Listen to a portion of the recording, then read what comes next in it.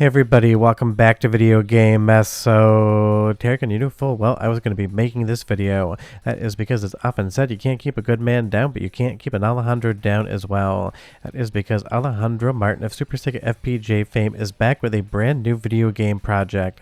And yes, I was aware that he was making a wooden PC case and people sent me links on that, but I didn't make a video because honestly, if Alejandro wants to play with his wood, that is his own prerogative. But he is back with a new video game project and it's time to take one more tour, and I can't believe I'm saying this, through the video game trap house that is SuperSEGA FPGA. Because Alejandro cannot go away, and we are here to find out what he is quote-unquote doing next. And if for some strange reason you're not familiar with Alejandro Martin and the SuperSEGA FPGA project, I will leave a link in the description below over the entire playlist that I did videos on, and honestly, holy shit is it a vibe. Because that is kind of the funny thing about Alejandro. He is a showman, he is a performer, and even though more often than not he's absolutely whole cloth making things up, it is highly entertaining to watch the man come up with new projects. And originally SuperSEGA FPGA, the FPGA part being very important, was going to be a Sega Genesis, Sega Master System, Sega Saturn, and Sega Dreamcast FPGA console. But basically from the moment he said go, everyone knew this thing was absolutely just in his imagination. That is because none of the original demos or anything else about the project made any sense whatsoever, and we actually got PCB shots. You could tell that there weren't even traces on the board where they needed to go. I don't know what was underneath that heatsink, but it kind of looked like a South Bridge pulled from an old early 2000s motherboard. So to say Alejandro Martin has a very imaginative imagination would be an absolutely understatement, and in some ways I think he might actually believe that SuperSEGA FPGA was in fact true. But he is definitely a very interesting character, and again, we always want to talk about this because Uncle Alejandro here, always rocking shrimp and potatoes, smoking cigarettes like they owe him money, and just basically entertaining us all, is definitely something I want to talk about. Now, as far as the new project is concerned, it is very highly hilarious and honestly kind of looks a little bit like a high school shop project, not to take a dig on the thing, but the reality is it's kind of just really strange. So taking a look at the new SuperSEGA website here, you have a wooden PC case that basically has an entire PC jammed in the side of it. You have an AMOLED display that has a curve in the top and cartridge ports to be able to put cartridges in.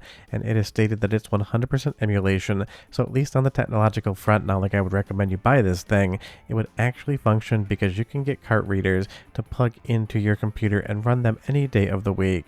But of course, Alejandro, the consummate showman he is here, the absolute Salvador Dali of scamming, put out a new video with his white jacket in his house to show off the entire project. And if there's one thing I love, it's Uncle Alejandro always giving us a good time on camera. But honestly, definitely should have color balanced this thing, so I did that for him very sloppily in honor of this SuperSEGA project. And I guess I can't call it SuperSEGA FPGA anymore because there is no FPGA on board. And I love that you can basically see directly to actually all of the different cartridge ports and computer in there. I did not get a look inside, but I'm assuming it is just basically an ITX case jammed inside of a wooden case to kind of make it look quote-unquote more presentable. And why there's two doves flying around, I have absolutely no idea. That must be the SuperSEGA FPGA project and this and a Martin camera also that never arrived, flying off into imagination land where they will live all the time as successful projects. And honestly, what is the entire point of putting that screen on the top of the case if it is bent? You're not going to be playing games through it. You're not going to be watching it. 2/3 of the screen is actually presentable to you, and the top third is bent over the case so you couldn't even look at it. But honestly, Alejandro clearly knows way more than we do. This man has an IQ of 420.69 all day long and twice on Sunday, so we really shouldn't question him as to what he's doing. Now is the part of the video where obviously I get slightly more serious. Do not pre-order this thing. Do not think it is something that is going to be shipped to you. This is clearly Uncle Alejandro just fiddling around again because he wants the attention. And I love him actually painting the case here. I'm sure every single case that you could buy is going to be lovingly hand-created by Alejandro himself. I would assume it probably smells a little bit like shrimp and may have some potato oil on the case as well. For all we know, he's actually using potato oil right here. And this other wooden box around the side, why do you have two different boxes inside of boxes? It's not a Russian nesting doll of video games, it is just a computer case. And you'll see here, this is the AMOLED display, and again, this is all off-the-shelf components. Nothing is being created here.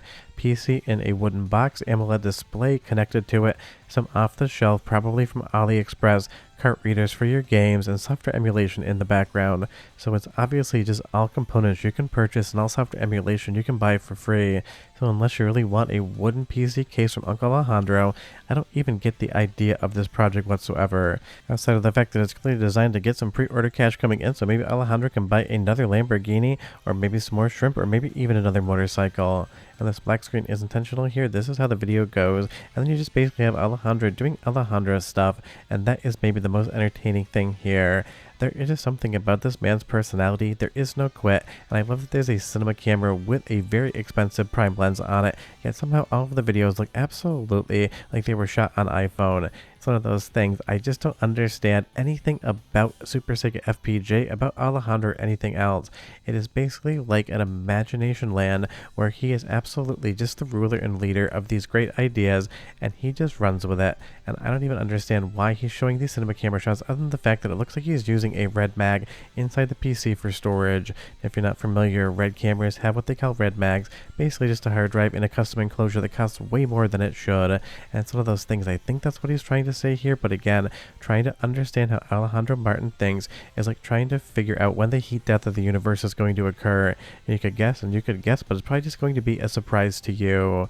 And that really is, again, one of the funniest things about this entire project and process.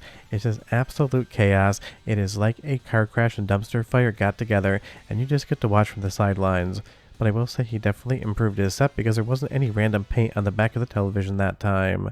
And as we go back into this AMOLED display, this seems to be the real focus of the project here. But again, why in the hot holy hell would you bend a screen over top a PC case where you couldn't even see 1/3 of it? It doesn't make any sense, and clearly there is no design aesthetic here or ethos. It is just some cheap wood with a PC jammed in a box and then some cartridge adapters. And I have no idea if they're even going to sell you the PC. It might just be an overly priced wooden box that you have to add everything else to. I mean, I think the ultimate reality is here. You're not going to be getting anything for your money on this project. It is absolute chaos from start to finish. But it's fun to see Uncle Alejandro back, and I knew you guys were expecting a video, so of course I had to do that, because he is still, to me, the most entertaining man ever. He painted the back of his damn television, for Christ's sake. That's why I call it the video game trap house. It is absolute chaos, and honestly, I am 100% here for it, because the entire SuperSEGA FPGA scam saga just absolutely delivered so much comedy gold. It was one of those things. No one ever believed it was real. We all knew it didn't work, but talking about all of the updates and what Alejandro was up to was just 10 out of 10 gold back in 2025 when we all needed a laugh. Like when you actually had to reset the clearly software emulation inside of the SuperSEGA FPGA box with an Allen wrench because you couldn't get to the actual button. I'm sure had it sold, you probably would have gotten a gold-plated Allen wrench from Alejandro himself inside each and every box. You would have been able to reset your own unit.